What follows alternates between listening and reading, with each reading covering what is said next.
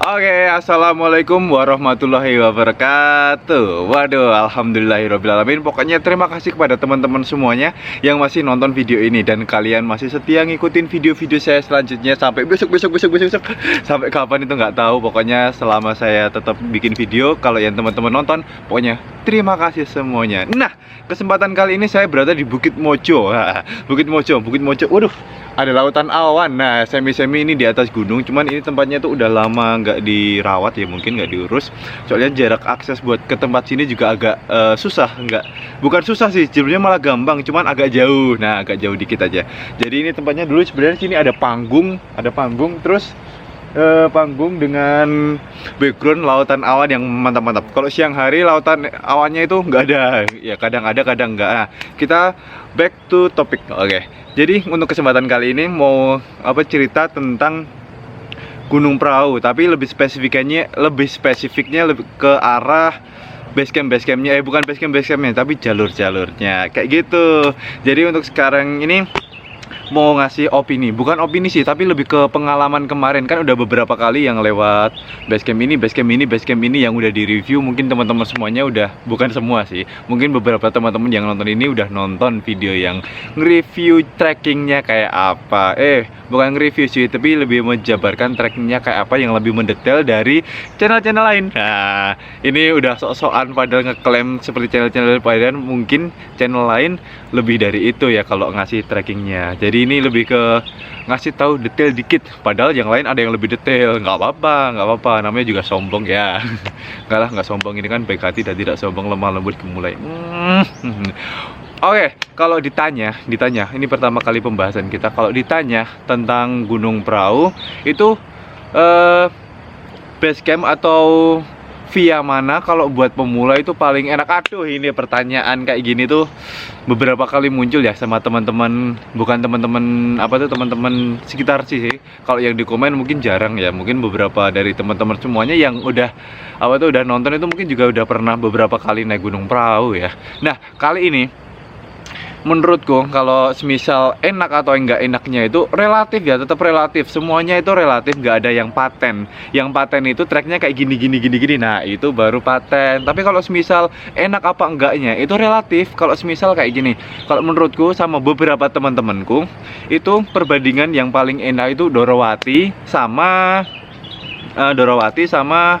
Wates. Nah, cuman kalau lewat Wates, kalau nggak pakai ojek, kalian jalan kaki dari base camp, jalan kaki terus tanpa ojek, nah itu yang nggak enak. Tapi kalau lewat Dorowati, kalian nggak ngojek pun itu juga bakalan treknya sama, soalnya emang nggak ada ojek. Gimana sih aing? Oke, lanjut. Nah, bukan lanjut sih, kita lanjutin pembahasan. Nah, jadi untuk basecamp Wates, kalau menurutku pribadi itu enak ya, enak. Soalnya trekkingnya itu, landai, banyak landainya, banyak bonusnya, dan plusnya lagi ada pos air.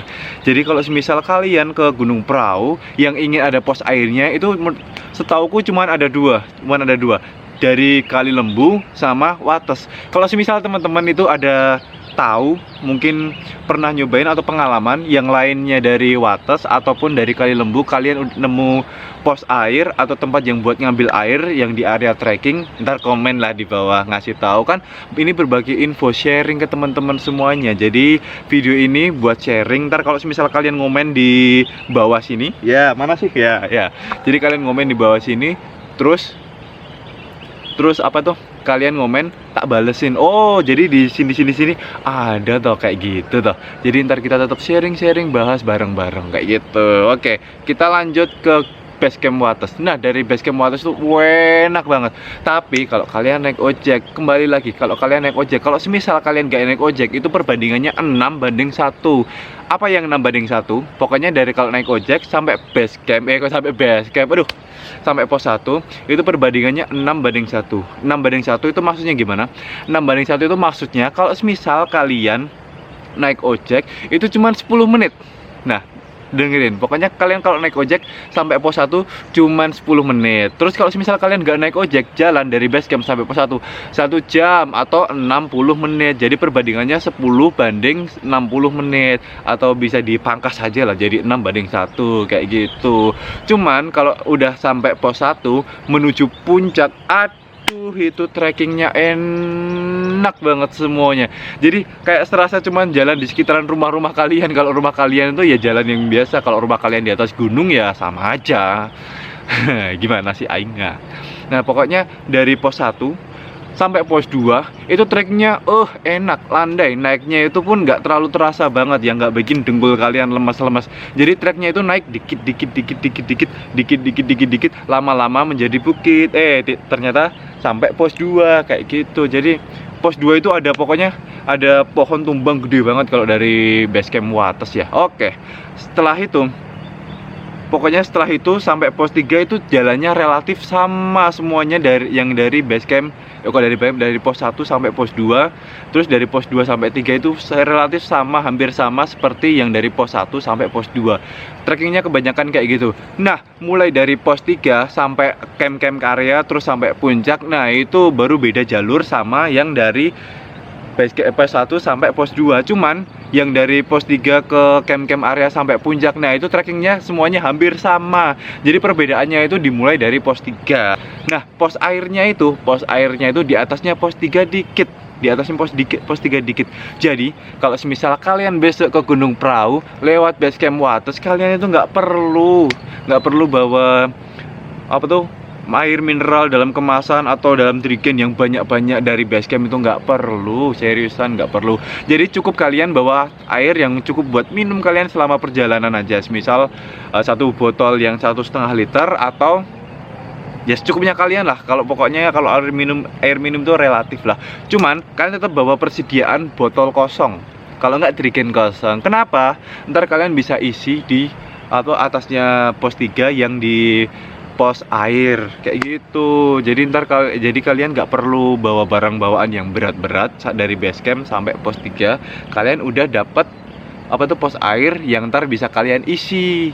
Bukan pos airnya yang kalian isi, tapi botol kalian yang kalian isi di pos air kayak gitu. Oke, kita lanjut lagi. Nah, dari base camp dari base camp Wates ini, ntar di atasnya pos 3 itu bakalan ada camp area namanya Bukit Rindu. Nah, Bukit Rindu ini adalah pertemuan antara base camp Wates sama Igir Melana. Cuman kalau yang dari base camp Igir Melana itu namanya latar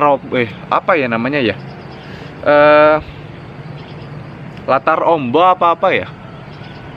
Ya pokoknya kalau nggak salah latar ombo. Ntar kalian yang tahu bantu di komen ya, biar ntar teman-teman semuanya yang nonton itu tahu juga lah. Nah, itu persimpangannya itu ketemu sama yang dari base camp Igir Melana. Nah, jadi secara otomatis setelah pos Bukit Rindu, camp area Bukit Rindu itu kayak jalur dari Wates sama Igir Melana jadi satu. Jadi treknya tinggal itu aja, pokoknya itu aja. Kalian ikutin jalan itu udah sama-sama yang dari base camp Igir Melana sama Wates. Jadi satu. Ya, mantap. Oke, kita lanjut lagi. Nah, pokoknya yang dari Wates sama Igir Melana kalau udah lewat dari Bukit Rindu itu camp areanya banyak banget. Hitungannya gimana ya, pokoknya luas banget. Jadi kalian misal camp area di Bukit Rindu itu bisa buat sekitaran 15 tenda, lebih malah, mungkin lebih. Terus atasnya Bukit Rindu lagi, jaraknya nggak, kalau jalan kaki santai nggak pakai berhenti itu mungkin 10-15 menit udah sampai camp area selanjutnya dari Bukit Rindu yang dari trekking base camp Wates sama Igir Melana. Jadi camp areanya itu namanya Pelawangan. Nah, jadi Pelawangan. Jadi kalian dari Bukit Rindu ntar bakalan ketemu sedikit hutan rindu ya. Bukan hutan, pokoknya ada hutannya itu kalau kalian lewatin tuh nggak terlalu ya, nyebutnya bukan hutan lah, pepohonan gitu aja ya. Pokoknya lewat pepohonan dikit. Nah, langsung setelah keluar dari pepohonan itu kalian bakalan nemu itu camp area yang namanya Pelawangan. Nah, di sana kalian bisa bikin tenda, ngecamp dan lain-lain. Luas banget, pokoknya itu tempatnya luas. Kalau misal kalian udah capek naik itu kayaknya aduh capek, udahlah kayaknya nggak perlu naik-naik lagi, naiknya besok pagi aja lah. Kita bikin tenda di sini aja, mumpung tempatnya luas. Iya bener, itu tempatnya luas banget. Pokoknya luas banget. Kalian bisa bikin kalau sekitaran 30 tenda yang kapasitas 4 sampai 5 orang itu cukup. Seriusan cukup selama di camp area sama arah yang perjalanan itu. Oke, kita lanjut lagi. Nah, dari apa tuh? Dari Pelawangan menuju ke puncak itu bakalan ngelewatin satu lagi bukan pos, camp area, namanya camp area Cemoro Tunggal. Oke, Cemoro Tunggal itu aduh, tempatnya itu lebih luas dari Pelawangan. Jadi buat teman-teman semuanya, kalau semisal besok ke kalian ngomongnya gimana sih ya? Ya, kalau kalian ke Gunung Prau via Wates itu kalian itu nggak usah khawatir, nggak usah takut kalau semisal malam minggu ataupun malam tanggal merah yang notabene-nya ntar banyak pendaki yang daki itu. Jadi kalian nggak perlu takut kalian nggak dapat tempat camp area. Soalnya tempat camp areanya itu luas banget di area Wates itu. Yang di area trekking base camp Wates itu tempatnya luas semuanya. Jadi kalian besok kalau semisal apa tuh datang terlalu malam atau udah larut, terus kira-kira kalian udah capek, udah nggak sanggup lagi buat naik, kalian ngecamp aja di beberapa camp area yang udah disediain sama teman-teman dari base camp kayak gitu. Tempatnya tuh luas, pokoknya luas. Besok kalian kalau nggak percaya ya udah nggak percaya, kalian kesana aja sendiri.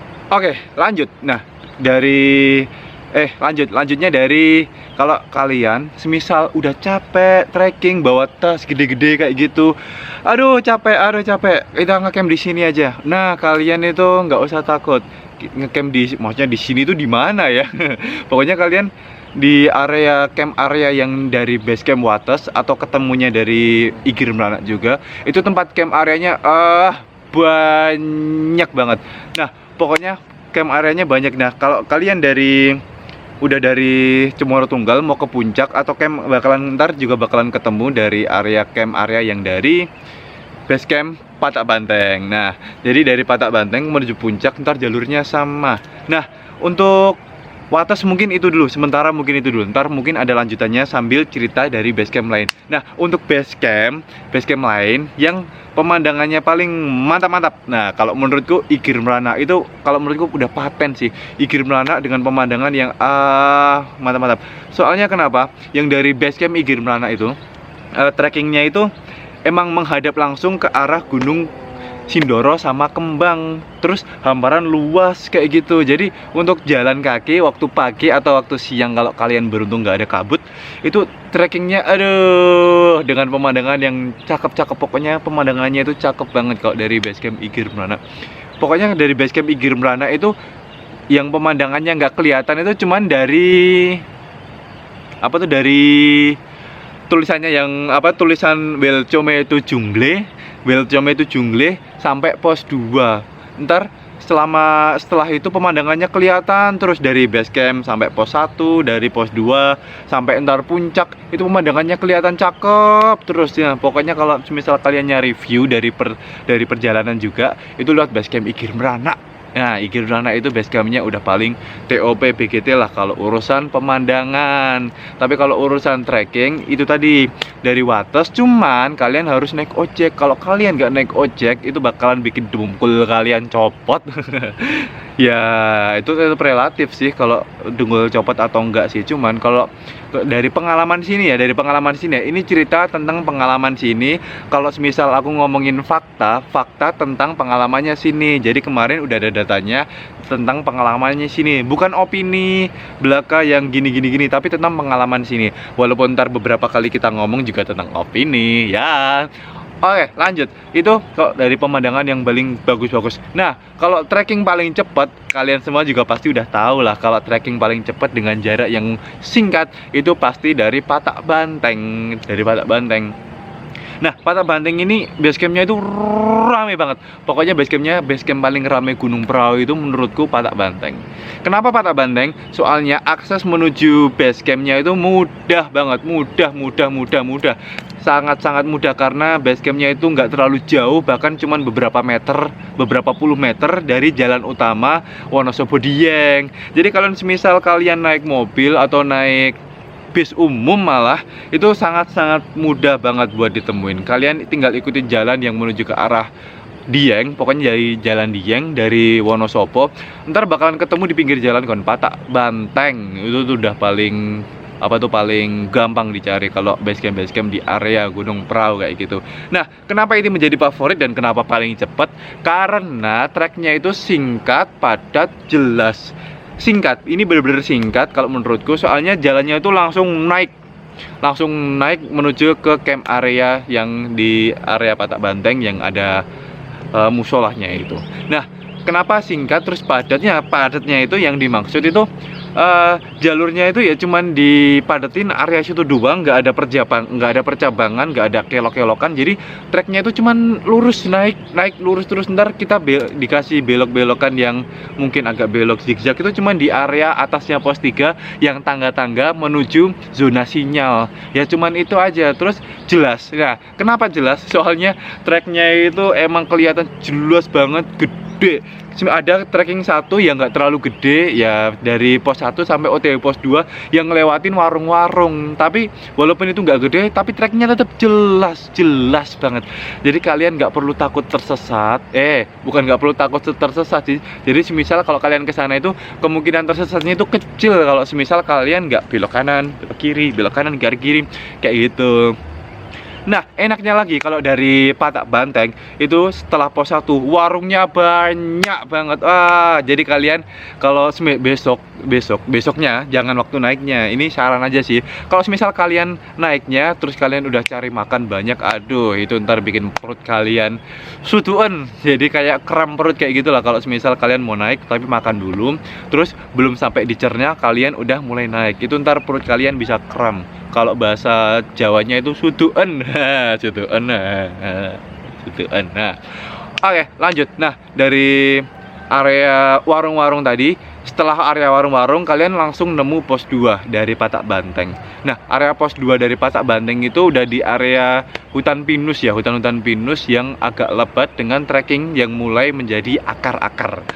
Jadi trekkingnya itu udah mulai akar-akar yang gede-gede banget. Jadi kalian pokoknya kalau lewat situ hati-hati, be careful. Soalnya trekkingnya itu kadang licin, kadang tersandung. Jadi kalian bisa tersandung masa lalu ya. Bukan masa lalu, kalian tersandung akar. Nah, itu singkat cerita dari pos 2 sampai atasnya pos 3 yang mulai trekkingan tangga menuju zona sinyal itu hampir semuanya sama. Jadi trek akar dengan nanjak-nanjak yang dedel. Kalian tahu dedel nggak? Dedel itu bahasa yang dikatain kalau semisal treknya terlalu nanjak. Nah, itu bahasanya dedel kalau bahasa Jawanya. Itu semuanya dari pos 2 sampai 3 semuanya hampir sama. Kalau hampir sama itu nggak bisa dikatain semuanya ya. Pokoknya hampir semua kayak gitu. Jadi buat bayangan kalau semisal kalian besok naik ke lewat Patak Banteng, itu setelah pos 2 kalian mulai jalur dengan trekkingan yang hutan pinus dan akar-akar yang mulai naik. Nah, kebanyakan kayak gitu. Oke, kita lanjut lagi. Nah, untuk garis besarnya kayak gitu. Kita lanjut ke basecamp Dieng. Nah, basecamp Dieng sama Dorowati. Ini basecamp Dieng itu sebenarnya enak ya. Kalau menurutku juga enak. Soalnya treknya itu jalan landai agak naik kayak gitu. Cuman kalau menurutku kalau dibandingin sama Dorowati itu enakan Dorowati karena treknya Dieng itu panjang banget. Nah, Wates itu juga panjang, cuman kalau Wates enaknya itu ada ojek. Nah, kalau Dieng kan nggak ada ojek, jadi dari base camp sampai pos 1 itu tetap jalan kaki terus, mau nggak mau tetap jalan kaki walaupun trekkingnya landai enak, cuman jauh. Nah, kayak gitu menurutku, kayak gitu. Itu kan menurut pengalamanku kemarin, dan mungkin setiap omonganku yang keluar itu masuknya opini. Nah, teman-teman semuanya kan pasti juga punya opini. Itu bantulah komen di bawah kayak gini buat cerita-cerita, buat sharing-sharing buat teman-teman semuanya yang nonton, sekalian nyekrol komen-komen itu sekalian nambah ilmu buat teman-teman semuanya. Nah, buat kita juga kan bisa buat nambah referensi, buat nambah pengalaman, buat nambah obrolan. Ntar kan kenapa bisa obrolan? Kita obrolan lewat komen. Kalian komen, ntar tak balas, kalian balas. Nah, itu kan semi ngobrol. Nah, jadi itu. Terus kalau yang dari Kali Lembu Kali Lembu juga sebenarnya enak, cuman setelah pos 1,5, kenapa bilangnya pos 1,5? Karena emang setelah jalan dari pos 1, setengah perjalanan sebelum sampai pos 2 sampai pos 3 itu treknya nanjak terus. Pokoknya aduh, itu capek. Pokoknya kalau tetap rekomendasi sih, tetap rekomendasi lewat Kali Lembu. Kenapa? Karena di Kali Lembu itu ada pos air, jadi kalian nggak perlu bawa barang bawaan yang berat-berat, terutama air. Yang dimaksud air bukan terutama air. Jadi kalian besok lewat Kali Lembu itu nggak perlu nggak perlu bawa air minum yang banyak-banyak. Jadi kalian ntar isi ulang di pos air di atasnya pos 1. Kalau yang di Wates kan di atasnya pos 3. Nah, ini di atasnya pos 1. Walaupun nggak terlalu tinggi-tinggi banget, tapi itu bener-bener membantu kalau semisal kalian besok ke basecamp Kali Lembu kayak gitu. Nah, untuk gambarannya kayak gitu. Nah, uniknya lagi kalau dari Kali Lembu ini uniknya 3. Kali Lembu, Dorowati sama Dieng itu bakalan ketemu di pos 3 semuanya. Nah, kalau Dorowati dari Dieng Dorowati sama Dieng ntar ketemunya di pos 2. Nah, dari pos 2 sampai pos 3 ntar Dorowati sama Dieng itu treknya satu. Jadi satu jalur seperti yang Igir Meranak sama Wates tadi. Setelah pos 3 itu jalurnya jadi satu. Terus setelah pos 3 sampai puncak itu bakalan jadi satu lagi sama dari Kali Lembu. Cuman kalau dari Kali Lembu itu ketemunya di pos 3, bawahnya pos 3. Ntar ada persimpangan lagi, di persimpangan di bawahnya pos 3 kayak gitu. Nah, mungkin untuk cerita sharing-sharing sedikit tentang basecamp Gunung Prau atau trekking dari Gunung Prau mungkin itu. Nah, sebenarnya ada satu lagi sih, ada basecamp namanya basecamp Kanjuran. Nah, itu basecampnya itu nggak dibuka buat umum, jadi basecampnya itu buat konservasi, buat jalur konservasi. Bukan jalur konservasi sih, kalau konservasi itu namanya apa ya, pokoknya itu hutan lindung lah, yang hutan lindung yang dikelola oleh mungkin warga sekitar sama perhutani. Jadi tidak tidak dibuka untuk kita semuanya yang pendaki umum. Jadi mungkin kalau semisal mau lewat situ mungkin ada beberapa syarat, izin dan lain-lain. Kalau aku belum tahu, soalnya juga belum cari tahu. Kalau semisal teman-teman semuanya ada yang tahu tentang basecamp Kanjuran ini yang tertutup untuk umum karena basecampnya untuk jalur konservasi, ntar bantu komen di bawah kayak gini ya. Kita diskusi lagi tentang basecamp Kanjuran, tentang lokasi basecamp Kanjuran, trekkingnya kayak apa. Tapi kalau setahuku basecamp Kanjuran itu trekkingnya 8 sampai 9 jam. Waduh, Gunung Prau sampai kayak gitu. Jadi kayak semisal kalau buat kita yang naiknya lewat basecamp lain bukan lewat basecamp Kanjuran itu kayak aduh, masa sih basecamp Kanjuran sampai 8 sampai 9 jam. Padahal kalau yang paling cepat dari Patak Banteng aja itu maksimal tuh 3 jam udah sampai sampai camp area. Masa sih sampai 8 sampai 9 jam? Kayaknya nggak mungkin, nggak masuk ya. Kita kan semua nggak tahu ya, kita juga belum pernah. Tapi kalau misal teman-teman udah ada yang pernah, itu coba ntar kita bantu diskusi di bawah. Terus di bawah mana sih? Bawah mana sih? Nah, pokoknya kita diskusi di bawah buat info-info tentang basecamp Kanjuran kayak gitu. Oke, pokoknya terima kasih buat teman-teman semuanya. Oke, satu lagi tak kasih tahu. Jadi menurut pengalamanku tentang estimasi waktu, mungkin ini agak perlu ya. Kalau semisal teman-teman nggak perlu tentang estimasi waktu, ya nggak apa-apa, kalian dengerin aja. Nah, kalau dari pengalamanku kemarin, aku lewat Patak Banteng itu nggak nyampe 2 jam. Seriusan, nggak sampai 2 jam.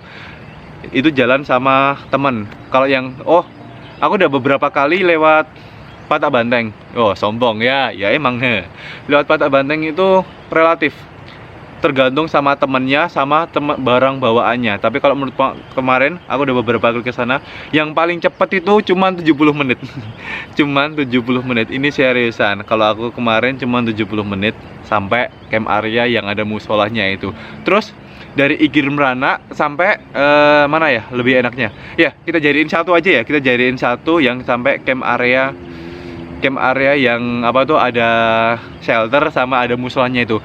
Kita jadiin situ aja. Jadiin satu daerah situ aja. Nah, kalau dari Igir Meranak itu sekitaran 3 jam ya, 3 jam sampai camp area itu. Nah, Wates juga hampir sama 3 jaman juga.